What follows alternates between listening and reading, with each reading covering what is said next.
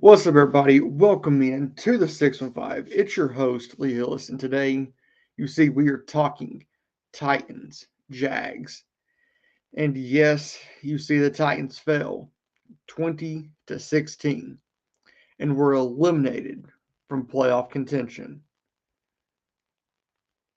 And this, I know it's taken me a minute to get this show out, but Titans went out, played, didn't play well, but there is some breaking news that has come out within the last few hours. And we will dive into that breaking news right after this. And if you're listening to the audio version, it's right after this and a word from our sponsor.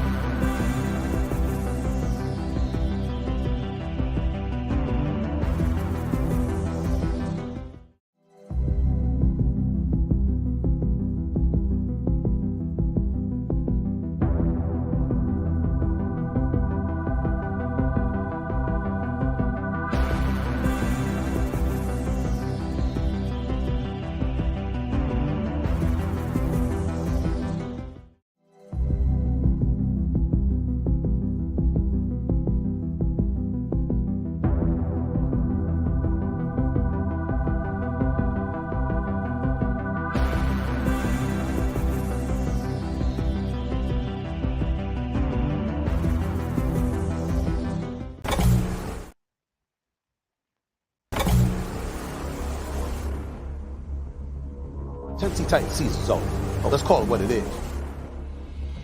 Running the ball now. Deontay Foreman. Into Hilliard. He's got room. 30, 20, 10, 5, end zone.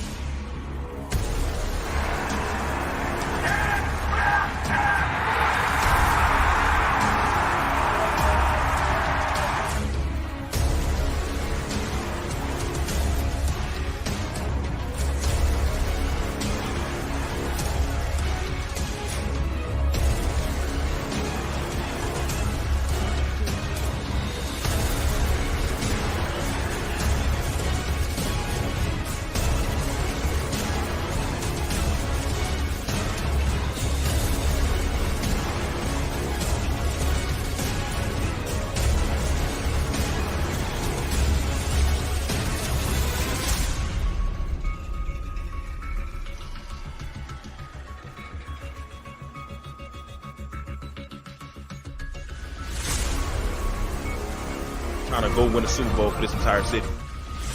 Take a deep breath, okay, have some fun, be poised and instinctive. You're going to make mistakes. Every one of you is going to make a mistake. Go figure out a way to make it right.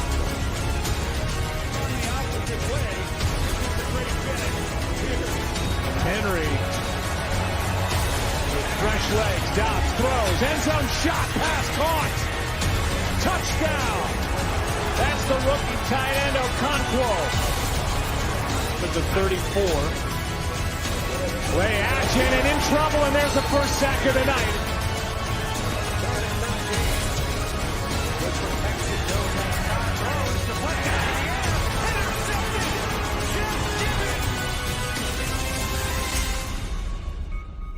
Wherever you listen throughout the world, it's football time in Tennessee.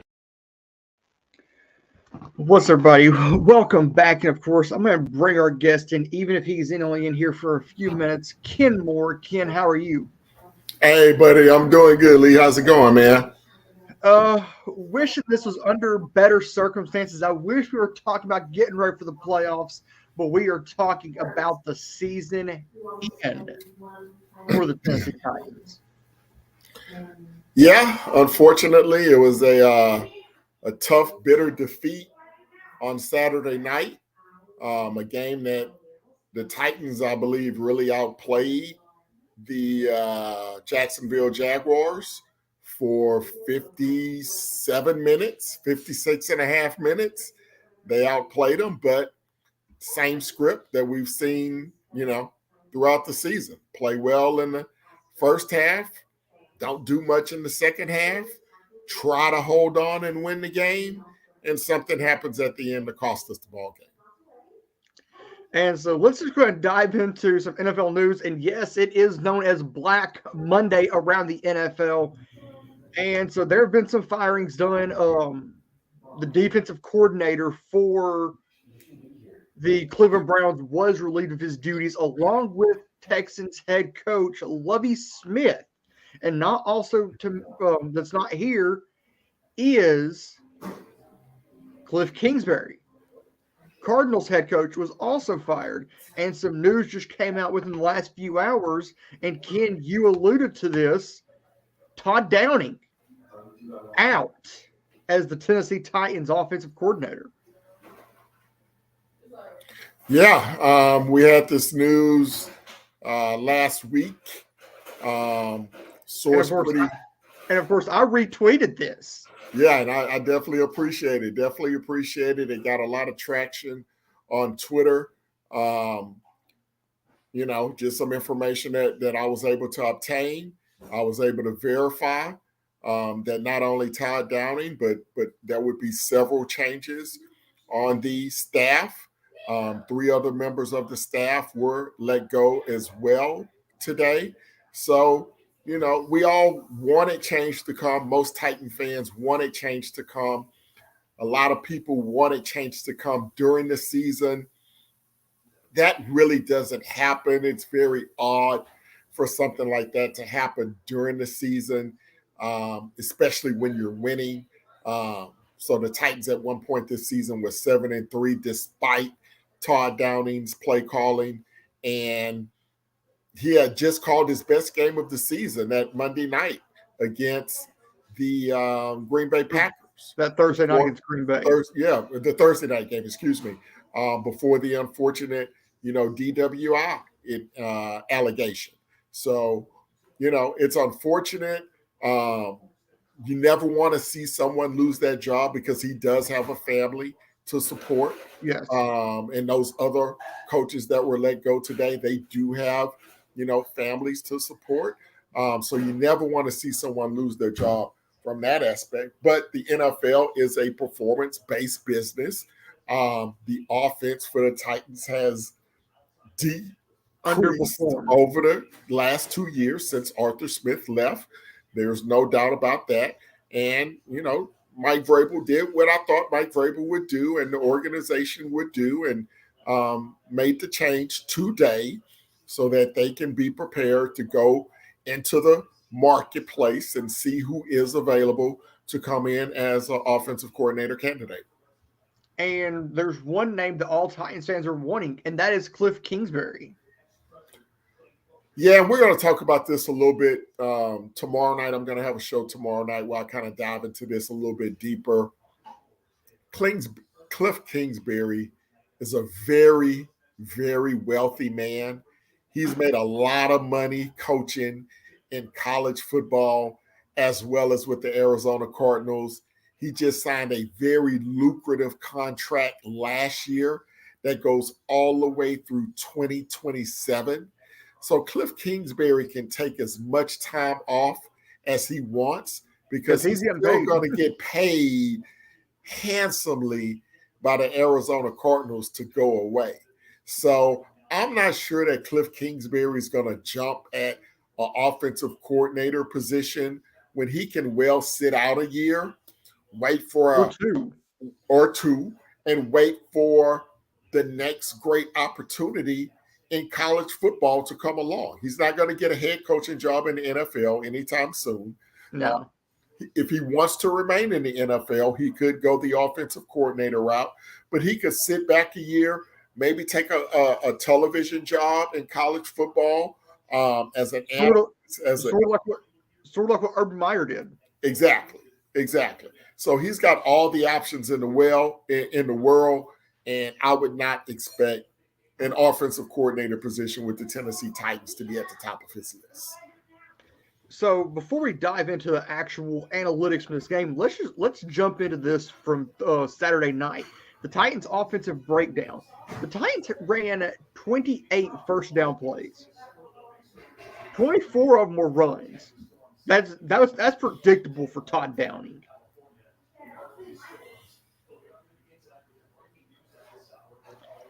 And, of course, you see there was 3 passes, and there was actually 4 passes, but one of them was a scramble for a 5-yard pickup. Right. By Josh Dobbs. Yeah, it was very disappointing, to say the least. You sitting there watching that game, and first down after first down after first down, it's Derrick Henry running the football.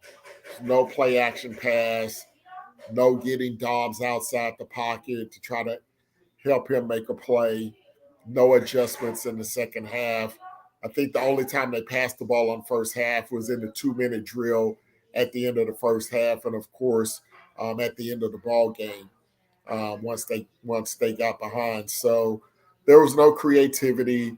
It was a big nothing burger on the offensive side of the ball. It's like Todd Downing knew the inevitable was coming and looked like he put as little into that game plan as possible. The Titans had that one great drive. I think it was a 14, 15-play drive.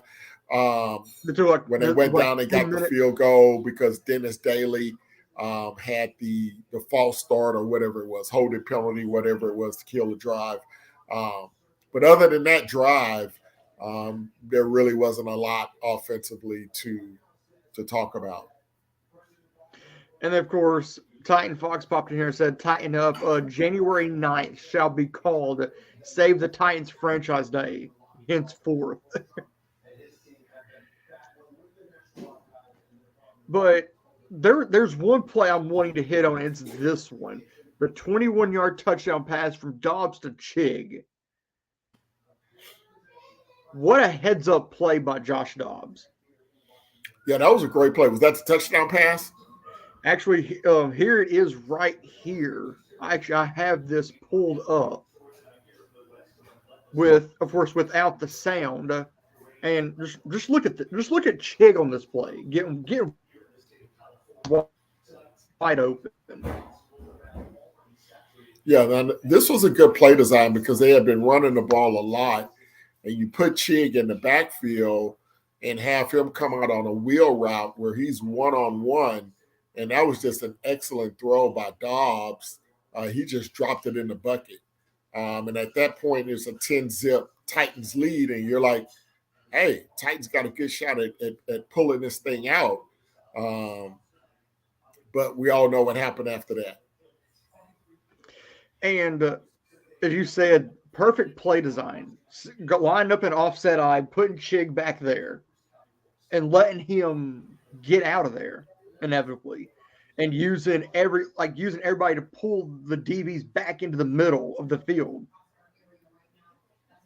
Yeah, Especially with Traylon Burks. Yeah, it was one of the few good plays in the Todd Downing playbook, I guess.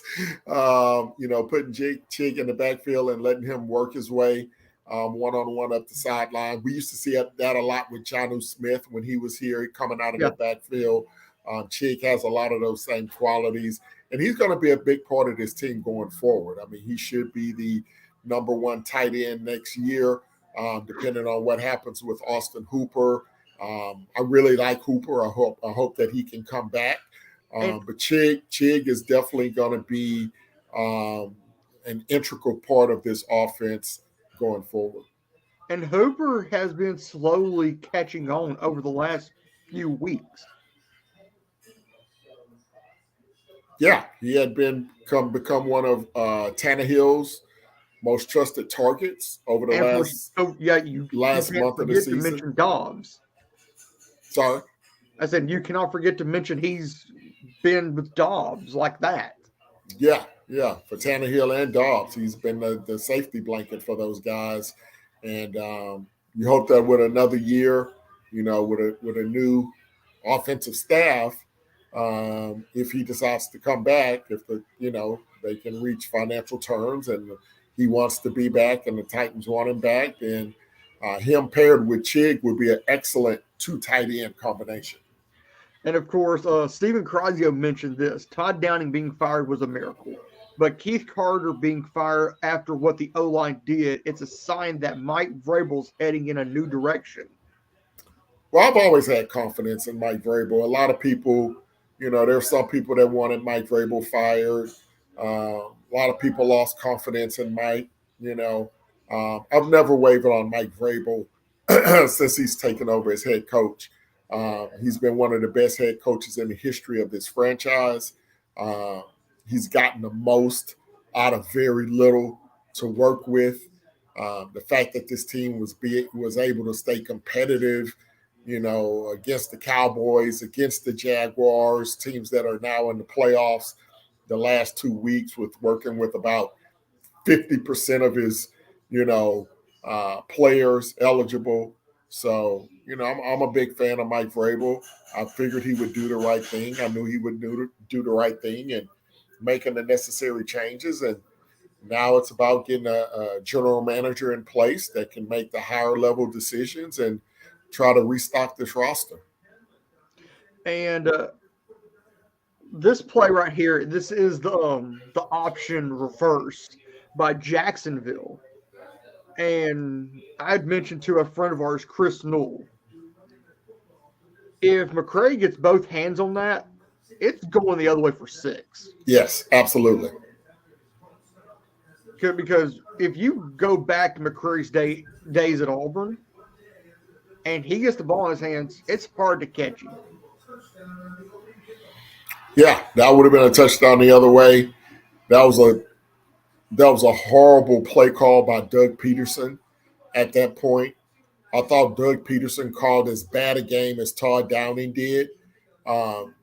Jacksonville was lucky to survive that ball game. I think they got a decent shot this week against the Chargers because the Chargers are not well coached either. There are a lot of bad coaches in this league. I mean, there's not a lot of good head coaches in this league. Doug Peterson, I think, for the Jags has done a good job this season. But I thought Saturday night he did a terrible job putting Trevor Lawrence in harm's way a lot when he really didn't need to. All he needed to do was drop back and find the open guy and throw the football. But, they were running all kind of crazy bootlegs and trick plays and all kinds of nonsense that really helped the Titans defense out. And, of course, we saw that Trevor's favorite target was former Texas A&M wide receiver Christian Kirk. Well, a lot of people, doubted Kirk getting a big contract coming over from Arizona.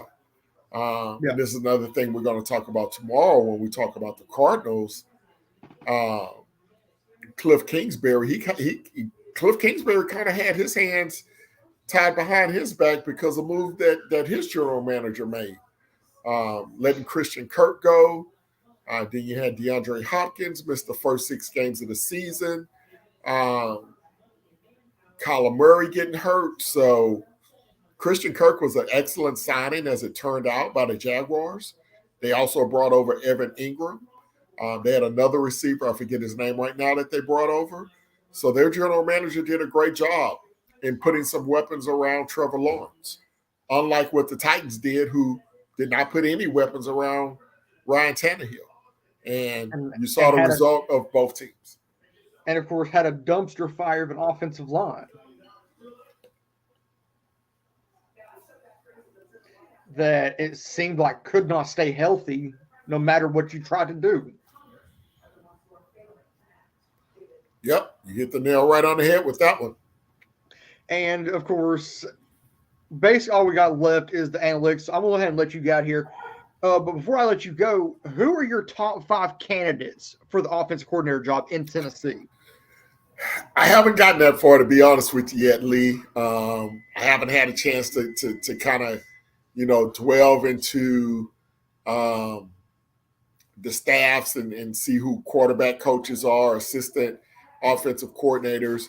I know some teams that have really good offenses that you want to look at. You want to look at what's going on in Detroit. Yeah. I think you want to look at what's going on in Kansas City or behind even Eric Bieniemy. I think you want to look at Minnesota. You want to look at teams that have dynamic offenses and see if there's a good young offensive mind on one of those staffs. San Francisco, the Rams. Miami. You want to look at I don't know about Miami yet. But those are some of the teams you want to look at and see what they're doing schematically. I love Detroit. You have to look and see what's going on in Detroit and see if anybody you can pluck from there. I'm going to throw a few names out that I like at this moment that are still out on the market. Yeah, they're former NFL head coaches who have taken a step back, who are better coordinators than they were as a head coach. One of them, former Colts head coach Frank Reich. Hate to go here with this one, Nathaniel Hackett. Both 2 good names who have proven track records of winning as coordinators. Yeah. And the reason I go Frank Reich is if you look at that system that he ran in Indianapolis, it's pretty similar to what they run in Tennessee. Well, that's a problem. You don't want what similar they ran in Tennessee. Well, you want to change this thing up. Some of the terminology is the same. But in my mind, you would probably want to go to more like a West Coast offense, like what they run in Kansas City. So yeah, I agree. Look at what Kansas City's doing. Is there a young coach on that staff offensively that you would trust to come in here and call this offense? Yeah, that's what you have to look at. I mean, you got to do a deep dive into those staffs. Who has credentials? See who comes highly recommended. I'm not high on Nathaniel Hackett. He had some good years with Green Bay with Aaron Rodgers. So I'm not really high on what he can do with Tannehill or whoever the coach is. And the main thing is you need a coach that can develop a young quarterback, whether that be Malik Willis or whether that be some other young quarterback that you obtain this year or next year. You want to have someone who has the ability to groom a young quarterback. Frank Reich has worked with mostly veterans, Matt Ryan, Carson Wentz, Phillip Rivers, same thing with Nathaniel Hackett, working with Russell Wilson, working with Aaron Rodgers. I want someone who's helped develop a young quarterback or has resurrected someone. Jared Goff being resurrected in Detroit. Yes. Geno Smith being resurrected in Seattle. Those type of success stories is what I'm looking for. Could we mention probably Matthew Stafford in LA? Mm-hmm. And even Absolutely. Baker in LA. Yep, absolutely. Well, Ken, I'm gonna ahead and let you get out of here. So, but thank you for taking a little bit of time to come in and look through some of this game. No problem, man. Always enjoy it. And just to let everyone know, I will be doing a show on my network at Kmore Sports. It'll be 8:00 Central Time tomorrow night. We'll dive deep into the Todd Downing firing. We'll look at some possibilities going forward. We'll also take a look at the entire AFC South. We'll look at the coaching search. We're going to look at the Texans, what they plan on doing with their situation. And we'll talk a little bit about the Jaguars going into the playoffs and what that may look like Saturday night against the Los Angeles Chargers. And, of course, one name that has actually been tied to the Houston Texans, DeMeco Ryan. Yeah, my advice to DeMeco is to stay far away. Because we've seen what's happened to Houston the last 2 years. Their last two head coaches have been one and done. Yep. Stay far away. It's my advice. But, Ken, I'm going to let you get out of here. Thanks for coming in for, even if it's just a little bit, but thank you again. All right, no problem, Lee. You have a good night, buddy. You too. Everybody, that was Ken Moore. And of course, let's actually head over here to the comments. They'll most likely promote Tim Kelly or bring in Bill O'Brien. I do not know how I feel about bringing in former Houston Texan head coach Bill O'Brien. But let's go ahead and dive into these analytics. Yes, you see behind the Titans analytics sign, we have the renderings from inside the new stadium, which is still sitting in the city council in the Metro Nashville City Council. But let's look at the Titans offense. Josh Dobbs had a pretty good game, 20 for 29, 179 yards, 1 touchdown and 1 interception. Derrick Henry, 30 carries, 109 yards. Chig Okonkwo was your leading receiver, 3 receptions, 42 yards, and a touchdown. Robert Woods, 4 receptions, 40 yards. But then you get to the defensive side. Amani Hooker, 5 tackles. Kevin Byard, 3 tackles, 1 assist. Teair Tart with the lone sack. 3 tackles, 1 sack. Jeffrey Simmons only had 1 tackle. And I'm wondering, was Jeff dealing with something more? Yeah, I know he's been dealing with an ankle injury. Well, could it have been something more? And, of course, over to the Jacksonville Jaguars side of this. Trevor Lawrence went 20 for 32, 212 yards, and 1 touchdown. Travis Etienne, 7 carries, 17 yards. And Christian Kirk, 6 receptions, 99 yards. Defensively, Trayvon Walker, 2 tackles, 2 assists.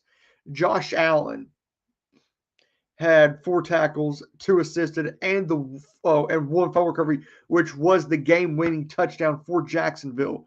Rayshawn Jenkins, 4 tackles, 3 assisted, and he had that strip sack, which turned into the game-winning touchdown. That was a fumble by Josh Dobbs. And Chad Muma, 5 tackles, 2 assisted. And as I've said, Jacksonville deserved this game. Their defense came ready to play, but it kind of was embarrassing I'm going to go back to the Derrick Henry stiff arm on Rayshawn Jenkins.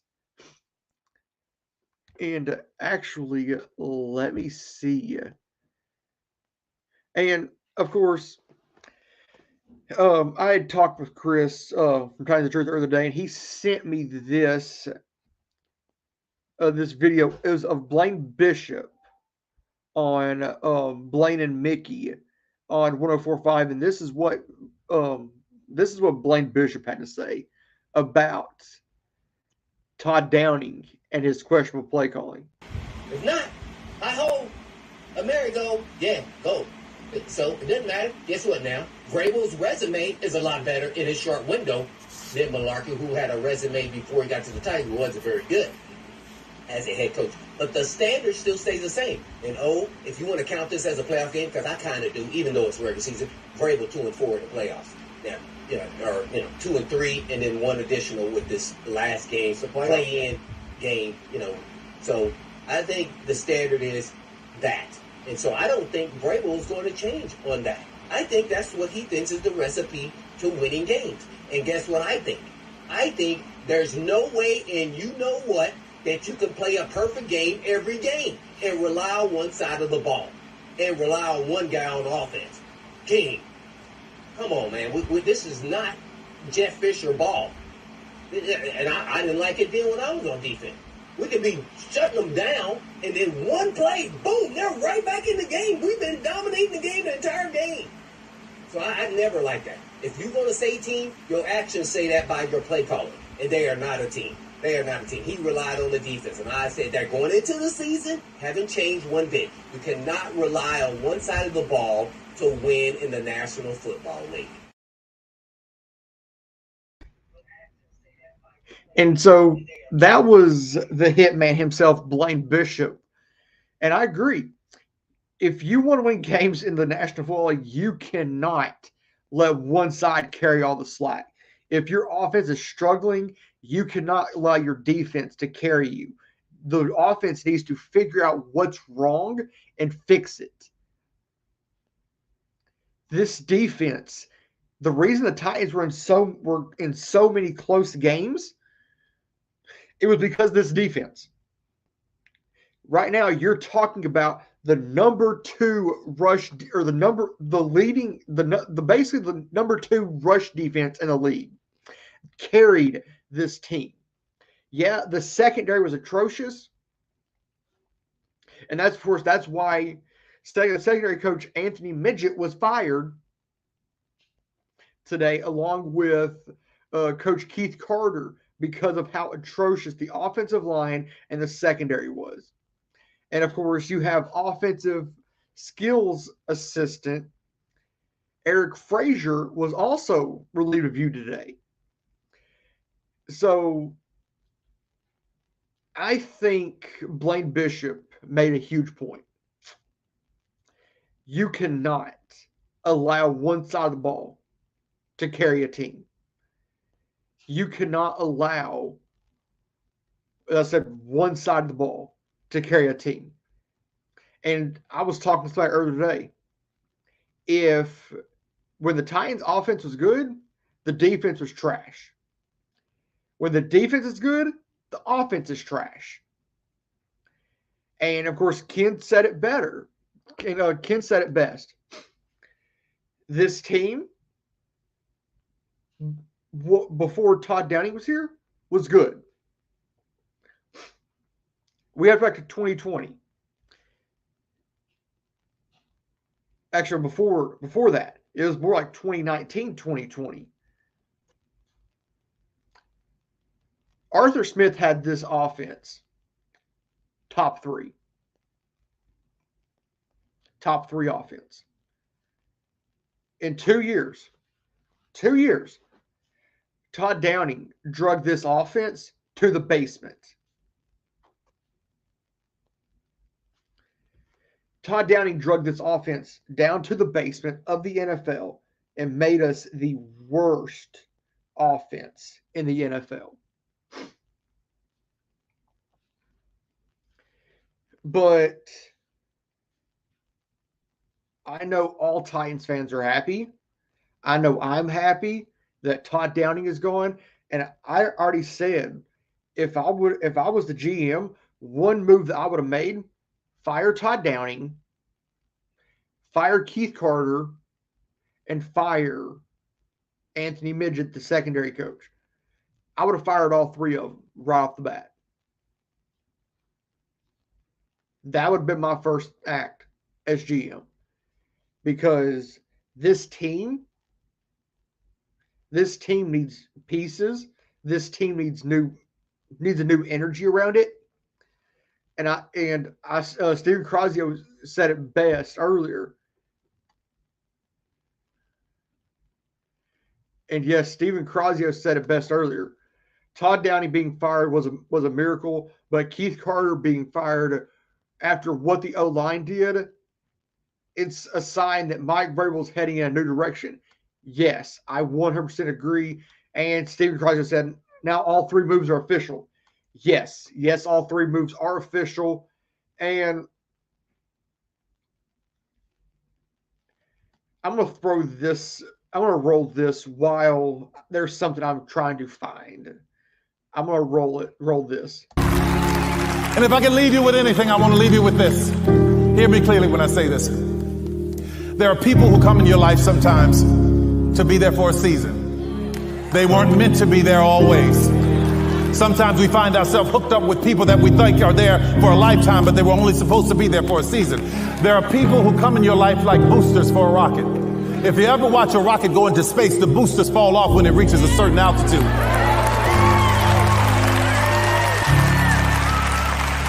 Some people are not equipped to handle the altitudes that you're going to.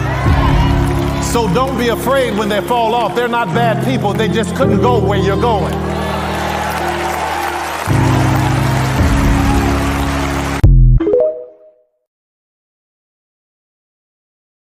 And that's true about Todd Downing. He cannot handle where this team is going to go.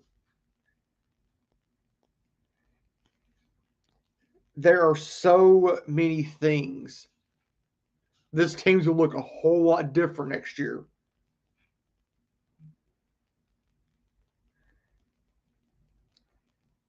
And if I could just play one thing.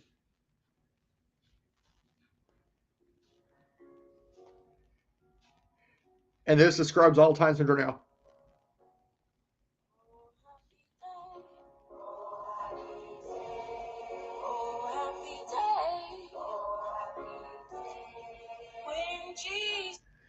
Yes, Titans fans, it is an old happy day. Because Todd Downing's gone. The team is actually moving forward without Todd Downing. But the question is, who's going to be the new OC? And I'm bringing something Steven Crosio said. They'll most likely promote Tim Kelly or bring in Bill O'Brien. If you promote Tim Kelly, you're most likely getting the same thing.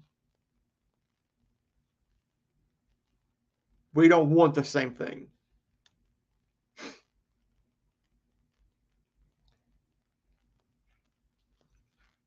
And with that being said, of course, thank you to everyone who came in to the show tonight. And this will actually be our last one until probably mid-February, mid to late February, early March, as we get ready for free agency in March, the NFL Combine in late February, early March, and also we get ready for the franchise tag in the early part of March, and then the second week of March we get free agency, and then beginning of April we get the NFL draft stuff. We are going back in April to NFL draft content. for the whole month of April. So I hope y'all are ready. So, and as I always say, in the off season, right here, right now, stay classy and tighten up.